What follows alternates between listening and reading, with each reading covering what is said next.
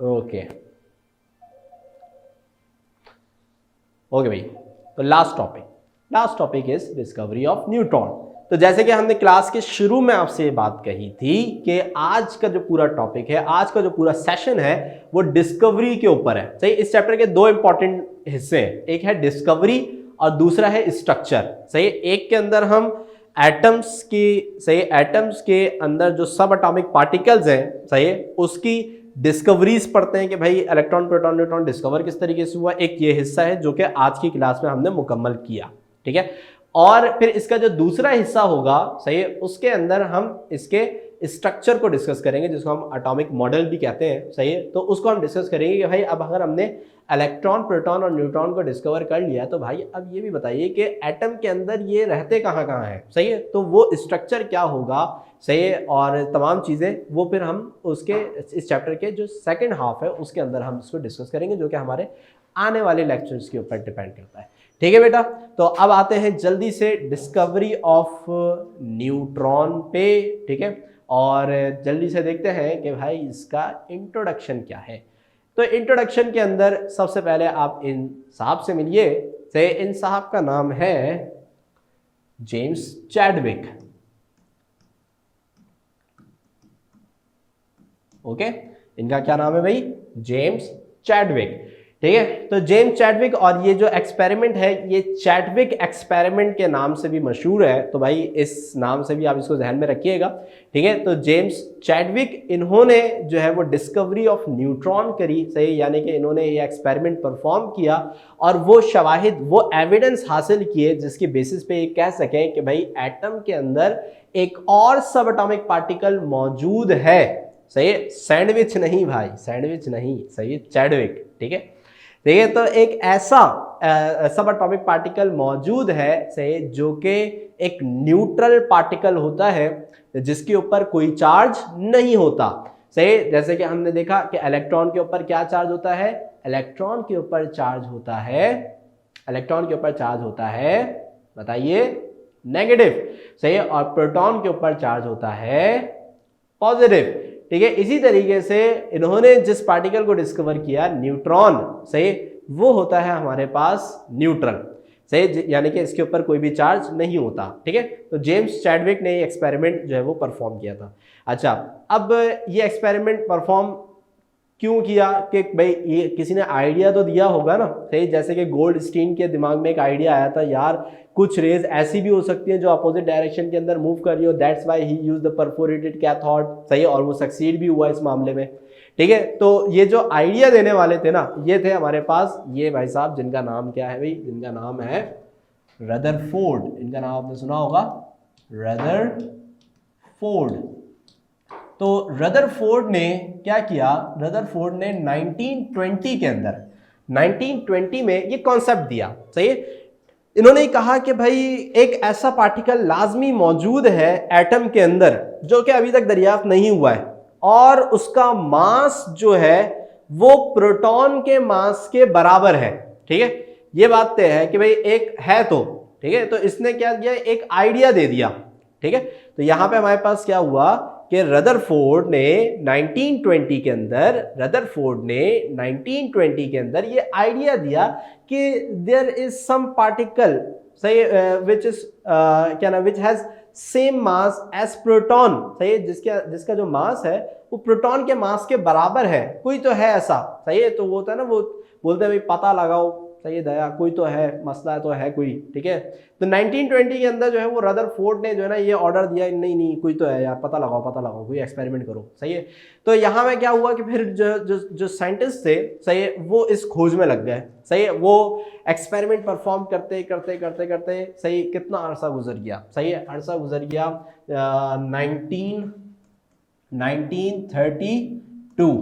1932, यानी कि 1920 में कॉन्सेप्ट आया था। सही है कि भाई ये कोई एक ऐसा पार्टिकल और है।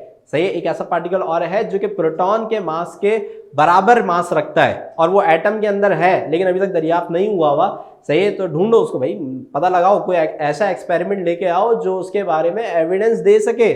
ठीक है, तो रदरफोर्ड ने ये एक जो है वो आइडिया दिया था, और जेम्स चैडविक जो है 1932 यानी कि पूरे 12 साल बाद ये सक्सीड हुए, सही है, ये एक्सपेरिमेंट कामयाब हुआ, और इससे हमें ये पता चल सका कि हाँ एक ऐसा पार्टिकल लाजमी मौजूद है एटम के अंदर जिसका मास कंपेरेबल है, बराबर है किसके, प्रोटॉन के मास के, ठीक है, प्रोटॉन के मास के क्या है भाई, बराबर है। तो वो इस बात क्या नाम है, इसको जो है वो एक एक्सपेरिमेंट के जरिए उन्होंने यानी कि जेम्स चैडविक ने प्रूफ किया, ठीक है।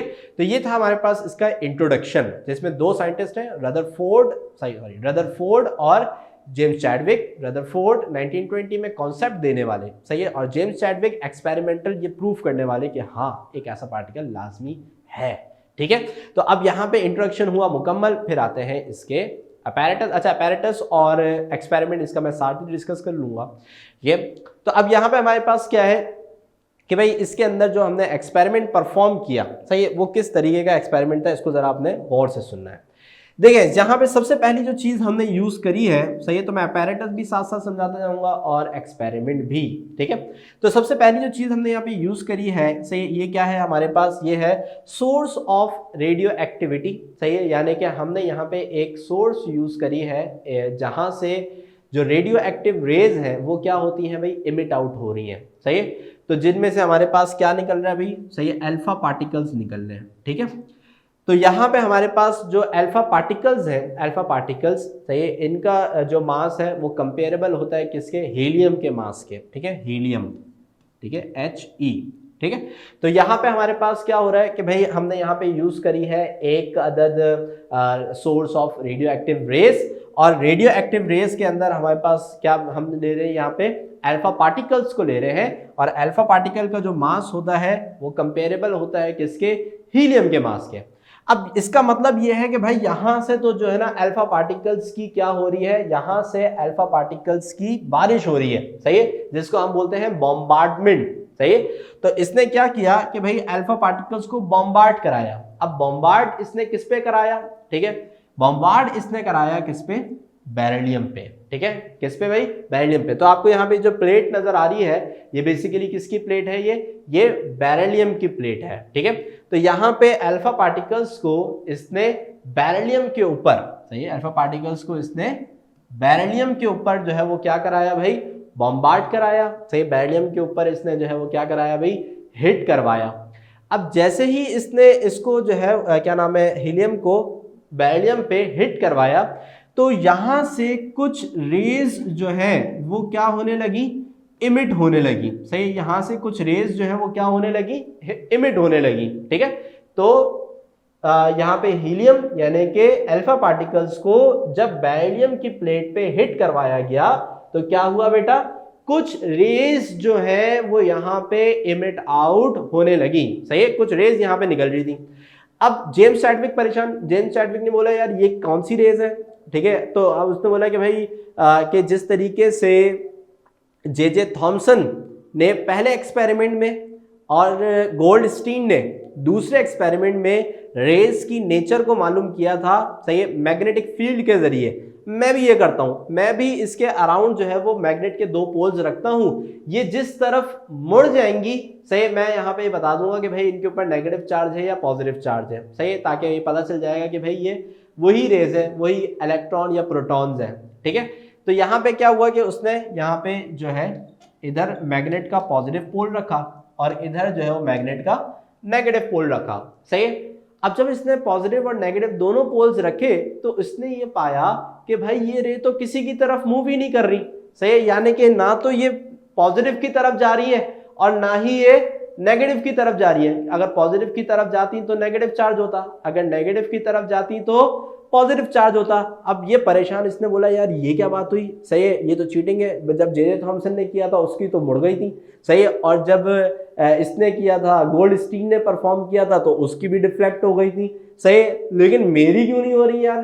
तो फिर उसने सोचा यार कि अगर ना तो ये रेज जो है वो पॉजिटिव की तरफ जा रही है और ना ही ये रेज जो है वो नेगेटिव की तरफ जा रही है, तो इसका मतलब ये है कि ये एक ऐसी रेज है कि जिनके ऊपर कोई चार्ज नहीं है। दैट मीन्स कि ये जो रेज है they are consist of neutral particles, neutral, they have no charge, they have no charge, इनके ऊपर कोई चार्ज ही नहीं है। सही, खुश हो गया कि वो कि कुछ ऐसी रेज मुझे मिली हैं जो कि इससे पहले कभी नहीं देखी गई। सही है, तो यहाँ पे हमारे पास क्या हुआ कि इसने बोला कि यार ये तो बड़ी ज़बरदस्त चीज़ हो गई कि मैंने एक ऐसी रेज को दरियाफ्त कर लिया है कि जो कि न्यूट्रल इन नेचर होती है। सही, अब इसने सोचा कि भाई कि चलो न्यूट्रल तो है, अब ये देखता हूँ कि क्या इन रेज का कोई मास भी है कि नहीं है। सही, क्योंकि अगर रेडिएशन ऐसे पार्टिकल्स के ऊपर कंसिस्ट करें, सही, कि जिनका मास ही ना हो, सही, जिनका मास ना हो, तो वो किसी भी जगह से जो है वो क्या कर जाती हैं, पेनिट्रेट कर जाती हैं, किसी भी जगह से गुजर जाती हैं। सही है, वो किसी भी चीज से टकराती नहीं है। ठीक है, तो अब यहाँ पे क्या हुआ कि इसने क्या रखा, इसने यहाँ पे एक पैराफिन वैक्स, वैक्स बोलते हैं मोम को। सही, किसको बोलते हैं भाई, मोम को बोलते हैं। और इसके सामने इसने रखी एक डिटेक्शन डिवाइस जो कि उस पे पड़ने वाले जो पार्टिकल्स हैं उसको क्या कर सके, डिटेक्ट कर सके, बता सके भाई इस पे पड़ने वाले जो पार्टिकल्स हैं, सही, ये कौन से हैं, पॉजिटिवली चार्ज है, नेगेटिवली चार्ज है, या फिर न्यूट्रल है। तो जब इसने इसके सामने मोम यानी कि पैराफिन वैक्स को रखा, सही है, तो जब ये रेज जाके उस पैराफिन वैक्स पे टकराई तो यहां से जो रेज हमारे पास इमिट आउट हुई, they are consist of positively charge particles which is discovered in the previous lecture. सही है कि भाई पॉजिटिवली चार्ज पार्टिकल के ऊपर जो रेज डिपेंड करती है वो प्रोटॉन होते हैं। बेसिकली वो पार्टिकल्स जो होते हैं हमारे पास वो कौन से होते हैं, प्रोटॉन्स होते हैं। तो जब ये रेज जाके इस डिटेक्शन डिवाइस के ऊपर टकराई तो इस डिटेक्शन डिवाइस ने तो बता दिया कि भाई ये तो है प्रोटॉन्स। ठीक है, तो इसका मतलब ये है कि भाई ये जो पार्टिकल्स है, सही है, ये जो पार्टिकल्स है ये जब वैक्स पे टकराए तो इन्होंने टकरा के वैक्स के अंदर से जो प्रोटॉन्स थे उसको क्या कर दिया, आगे की तरफ भेज दिया। सही है, जैसे ही इस पे टकराए तो टकरा के आगे की तरफ भेज दिया। तो इससे ये पता चला कि भाई यहाँ पे हमारे पास ये जो क्या नाम है, ये जो पार्टिकल्स है, सही है, ये जो पार्टिकल्स अभी डिस्कवर हुए हैं, सही, इनका जो है वो कोई ना कोई मास भी मौजूद है। सही, तो इससे हमें दो चीजें पता चली। नंबर 1, इनके न्यूट्रल नेचर को हमने ढूंढ लिया यहीं पर, और जब ये इस पैराफिन वैक्स के ऊपर टकराई तो पैराफिन वैक्स के ऊपर टकराने से क्या हुआ कि जो उसके अंदर मौजूद प्रोटॉन्स थे, सही, वो आगे की तरफ बढ़ गए। तो अगर ये किसी चीज से टकरा रहा है तो इसका मतलब है कि इसका कोई ना कोई मास है, क्योंकि अगर मास नहीं होगा तो ये ऐसे ही गुजर जाएगा बिना टकराए। ठीक है, तो अगर कोई चीज किसी दूसरी चीज से टकराती है तो इसका मतलब ये है कि इसका मास है। ठीक है, और अगर कोई चीज किसी दूसरी चीज से टकराए बगैर ही गुजर जाए इसका मतलब है कि उसका मास नहीं है। तो यहाँ पे इधर से प्रोटॉन्स के इमिट आउट होने की वजह यही थी कि यहाँ पे कोई दूसरी चीज से टकरा रही है। दैट शोज कि जो चीज टकरा रही है उसका मास है। ठीक है, तो यहाँ पे जो भी चीज है उसका मास है और वो न्यूट्रल है, और यहाँ से हमें जो है एक न्यूट्रल पार्टिकल की जो है वो डिस्कवरी मिली, और उस जो पार्टिकल है उस पार्टिकल का नाम हमने रखा क्या, न्यूट्रॉन। ठीक है बेटा, तो यहाँ पे हमारे पास जो न्यूट्रॉन है वो इस तरीके से क्या हो गया भाई, डिस्कवर हुआ। ठीक है, तो यहाँ तक किसी को कोई प्रॉब्लम, जल्दी से अगर किसी को क्वेश्चन है तो जल्दी से पूछ लें, ताकि फिर हम अपने लेक्चर को बस वाइंड अप की तरफ लेके जाएंगे। जल्दी से, शाबाश। ओके बेटा, तारिक ओके, फातिमा इशाद कोई प्रॉब्लम नहीं है। और भी जो बच्चे अभी ऑनलाइन है जल्दी से बताएं भाई। मास Tariq no problem, very good. ठीक है, वेरी गुड। और बच्चे वेरी गुड, बाहू। ठीक है, अच्छा उमर आखिर में बोलता है सर एक्सपेरिमेंट वापस से एक दफ़ा ना, हर एक्सपेरिमेंट के आखिर में। ठीक है, ठीक है भाई, एक जल्दी से मैं क्विक रिव्यू दूंगा, सही है, और फिर इसके बाद जो है फिर हम इसकी जल्दी से प्रॉपर्टीज पढ़ेंगे और फिर यहाँ पे लेक्चर हमारा हो जाएगा ख़त्म। लेकिन नेक्स्ट क्लास तक मैं आपको एक काम ज़रूर दूंगा, ये तीनों को बहुत अच्छे तरीके से पढ़िएगा। क्विज आज नहीं हो पाएगा तो नेक्स्ट वीक स्टार्ट में क्विज होगा, तो बहुत अच्छे तरीके से इन चीज़ों को याद करिएगा। ठीक है, तो भाई एक्सपेरिमेंट उमर के लिए जल्दी से, उमर के नाम, ये एक्सपेरिमेंट उमर के नाम। ठीक है, तो भाई उमर देखो यहाँ पे हमारे पास क्या है कि हमने यहाँ पे एक ली थी radioactive source. Radioactive source में से क्या निकलती है, रेडिएशंस। कौन सी radiations, alpha particles. Alpha particles का जो मास है वो कंपेरेबल होता है हीलियम के। तो जब अल्फा पार्टिकल्स को हिट करवाया जाता है एक प्लेट के ऊपर जो कि किसकी बनी हुई है, बेरिलियम की बनी हुई है। तो जब ये अल्फा पार्टिकल्स आके बेरिलियम की प्लेट पे टकराते हैं से, तो हमें उसकी दूसरी तरफ जो है वो कुछ रेडिएशन निकलती हुई क्या नाम है ऑब्जर्व होती है। सही। अब ये जो रेडिएशन है, जब उसने देखा कि भाई ये रेडिएशन जो है इसका मैं चार्ज देखूं, जेम्स चैडविक ने चार्ज जब ऑब्जर्व करने की कोशिश करी तो उसने पॉजिटिव और नेगेटिव पोल को यहाँ पे रखा।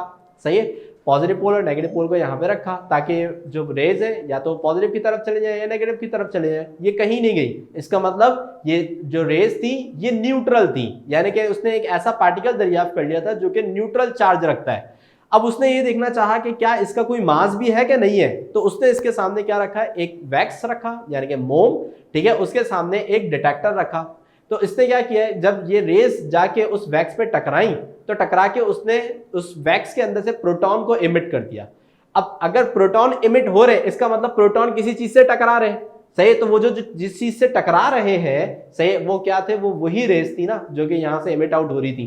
ठीक है, तो टकराने का मतलब क्या है, टकरा दो चीज उसी वक्त टकराती है जब दोनों का मास हो। अगर किसी भी एक चीज का मास नहीं है तो वो ऐसे ही गुजर जाएगी बगैर टकराए। ठीक है, तो यहाँ पे हमारे पास क्या है कि जब ये टकराई तो प्रोटॉन इमिट हुए, डिटेक्टर ने प्रोटॉन्स को डिटेक्ट किया। दैट मींस कि इनका मास भी है, मास भी है और न्यूट्रल भी है। सही, तो इस पार्टिकल को नाम दिया गया क्या, न्यूट्रॉन।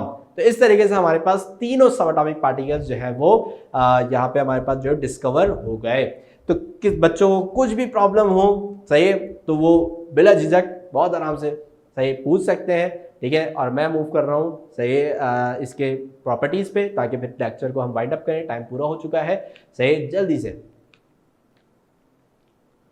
ओके, तो भाई अब यहाँ पे हमारे पास क्या है कि भाई न्यूट्रॉन, सही, इसकी जो पहली प्रॉपर्टी है वो तो सबसे बेसिक है। सही कि भाई न्यूट्रॉन्स आर न्यूट्रल पार्टिकल। अब सर ये कैसे पता चला, ये एक्सपेरिमेंट के दरमियान में ही पता चल गया था, जब उसने मैग्नेट के पॉजिटिव नेगेटिव पोल्स को रख के उसके डिफ्लेक्शन को जज किया। सही, तो वो किसी भी तरह डिफ्लेक्ट नहीं हुए। दैट शोज के न्यूट्रॉन्स आर न्यूट्रल पार्टिकल्स। फिर उसके बाद सही, दे हैव नो चार्ज। अब जाहिर सी बात है भाई, न्यूट्रल पार्टिकल है तो उनके ऊपर किसी भी किस्म का कोई चार्ज नहीं होगा, यानी कि ना तो वो पॉजिटिव होंगे और ना ही वो नेगेटिव होंगे। सही, इसके बाद the mass of neutron is almost equal to that of proton. सही है, जो बात किसने कही थी, रदरफोर्ड ने कही थी कि कोई ऐसा पार्टिकल लाजमी मौजूद है, सही, जो कि प्रोटॉन जितना मास रखता है। सही, तो जब हमने न्यूट्रॉन जब डिस्कवर हुए और उसका मास कैलकुलेट किया तो वो मास बिल्कुल बराबर आ रहा था किसके, प्रोटॉन के। सही है, तो प्रोटॉन और न्यूट्रॉन का जो मास है वो अप्रोक्सीमेटली इक्वल ही होता है। सही है, फिर इसके बाद these particles are most penetrating matter. सही है, यानी कि जो पार्टिकल्स हैं, सही, मोस्ट पेनिट्रेटिंग होते हैं, यानी कि पेनिट्रेट का मतलब होता है किसी भी चीज में से गुजरने की सलाहियत को पेनिट्रेशन कहते हैं। सही, तो यानी कि कोई भी वॉल हो या फिर कोई भी हडल हो, ये उसमें से बासानी क्या हो सकते हैं, गुजर सकते हैं। सही, मोस्ट पेनिट्रेटिंग का मतलब है कि उसमें से बासानी पेनिट्रेट कर सकते हैं, गुजर सकते हैं। ठीक है भाई, तो जल्दी से इसका भी आप स्क्रीनशॉट ले लें। सही है, 1 2 3। ठीक है, तो यहाँ पे हो गया हमारा लेक्चर मुकम्मल। तो इन प्रॉपर्टीज में किसी कोई प्रॉब्लम, बहुत आसान से है, मुझे तो नहीं लगता होनी चाहिए, है, नो प्रॉब्लम उमर, ओके, सही है। तो यहाँ पे हमारा लेक्चर जो है वो अल्हम्दुलिल्लाह आज का मुकम्मल हुआ। अब जल्दी से हम टास्क देख लेते हैं और ये बात ये सारी अब नेक्स्ट क्लास में डिस्कस करेंगे। क्विज भी नेक्स्ट क्लास में बता दिया मैंने आपको, ठीक है।